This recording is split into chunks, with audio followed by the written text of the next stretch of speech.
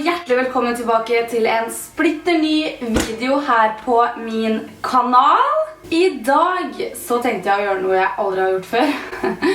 I dag så skal vi recreate, eller vi skal sminke oss sånn som Kim Kardashian. En look som da inspirert av henne. Sånn skal jeg da altså prøve å sminke meg. Jeg valgte en look som sånn typisk egentlig Kim, og som vanskelig, og som jeg aldri har gjort før egentlig. Jeg ligner jo ikke på Kim Kardashian i det hele tatt, men jeg tenkte at vi kan jo sminke oss sånn som henne har sminket seg, uansett om jeg ligner på henne eller ikke. Hun har masse eyeliner, så det jeg veldig spent på.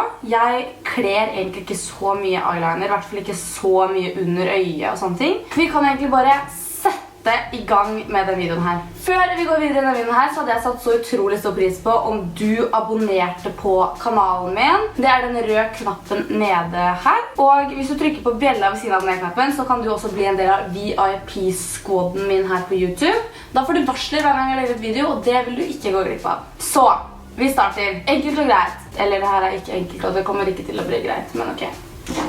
Siden hun har så sykt mye rundt øynene, så tenker jeg at vi starter rett og slett med øynene. Jeg har en del øyenskygger her som jeg tenkte at det kanskje passer. Hun har jo svart og mørk brun, ser det ut som. Og masse eyeliner da. Jeg har en våt eyeliner og en tørr eyeliner, så let's try this. Og jeg skal egentlig filme flere videoer i dag, så jeg håper at det her blir fint, og så jeg slipper å fjerne alt, for så å sminke meg på nytt igjen. Som alltid pleier jeg å bruke concealer som en primer-ish. So that's what I'm going to do today too.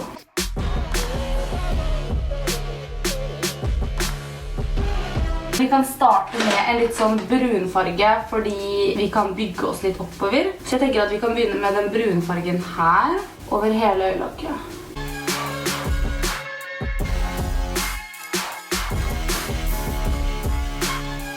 Og så kan vi jo gå over til litt mørkere her. Og det nå jeg blir litt stresset. Tenker jeg egentlig at vi tar litt settingspray på den, sånn at det skal bli enda...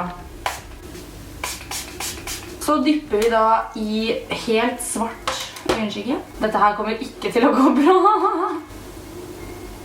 Ja. Jeg tror det bra vi startet med øyenskyggen, og ikke tok huden først. Ok, vi skal blende det her, altså, dere. Ok, og så tar vi den kosten vi brukte i stad.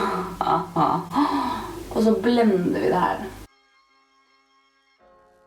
Oh my god, hva det jeg gjør? Ok, nå har vi i hvert fall svart øyenskygge på. Og så det jo en del øyenskygge under øyet. Eyeliner på hele våtlinja.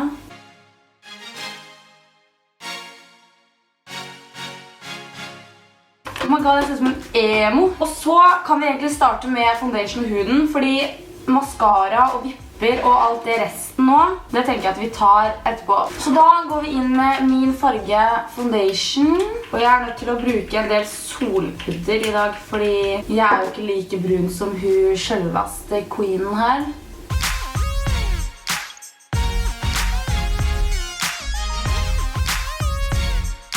Herregud, hele huden min blir jo svart, fordi jeg har kommet nær øyet mitt med den her. Da var foundation på, og vi går over til concealer. Kim Kardashian også kjent for å ha sykt hvitt under øynene og masse contouring.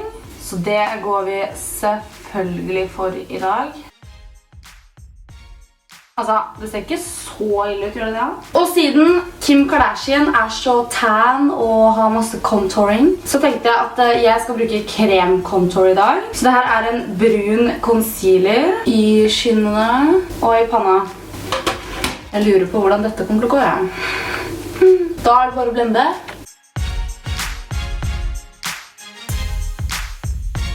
Jeg ser ikke ut som meg selv. Se på de øynene.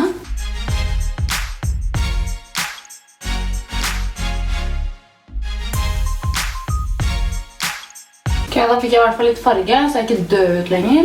Vi må jo rette opp i det her, så vi tar litt mer concealer.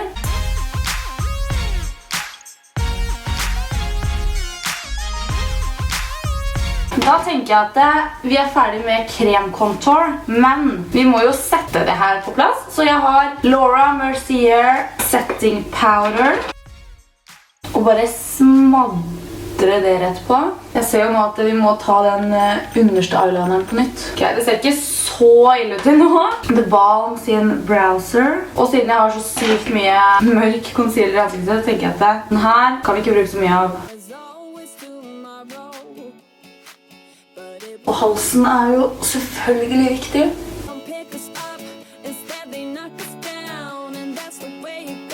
Sånn, da var det på plass. Og så må vi jo ha litt grann blush. Det ser i hvert fall ut på det bildet her at hun har på litt blush.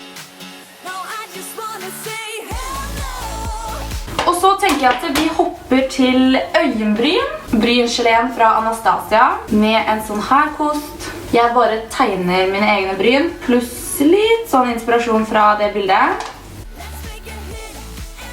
Da var bryna smelt på plass. Jeg tenker å fortsette litt med øynene, fordi der vi jo ikke helt ferdige enda da, for å si det sånn.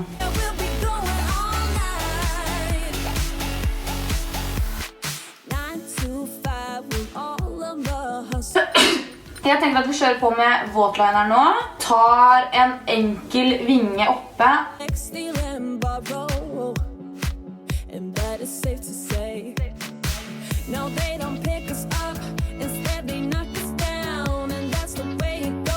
Så det på tide med nede. Og det det skumleste. Jeg traff inne på øyet mitt.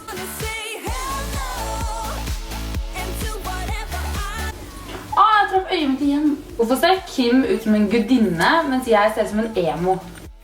Nå mangler jeg vel egentlig bare vipper på øynene og mascara nede. Masse mascara nede. Og selvfølgelig masse highlighter. Og da skal jeg bruke Mary Luminizer. Oh my god, look at this. Så nå tenker jeg å ta på meg vipper og mascara, og så ser vi hvordan det har blitt. Sånn, da var egentlig vippene på plass.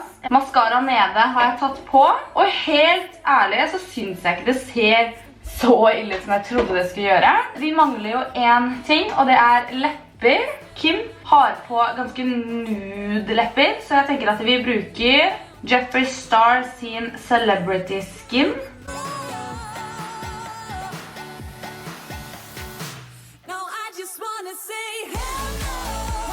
Jeg ser jo også at jeg ganske bleik på brystet. Det må jo matche og se ut som hodet mitt hører til kroppen min. Leppene til Kim jo også litt glossy, så jeg tenker at vi tar på en sånn gloss oppå. Den her fra Clarion. Ser vi like ut? Det var ikke så ille da, folkens. Det det? Siden det ikke var så ille, så vil vi jo at den sminken her skal holde seg. So, we have this. Nå det sånn typisk at det svarte her kommer til å renne ned, og det kommer til å se ut som jeg griner. Men vi får håpe at det ikke skjer.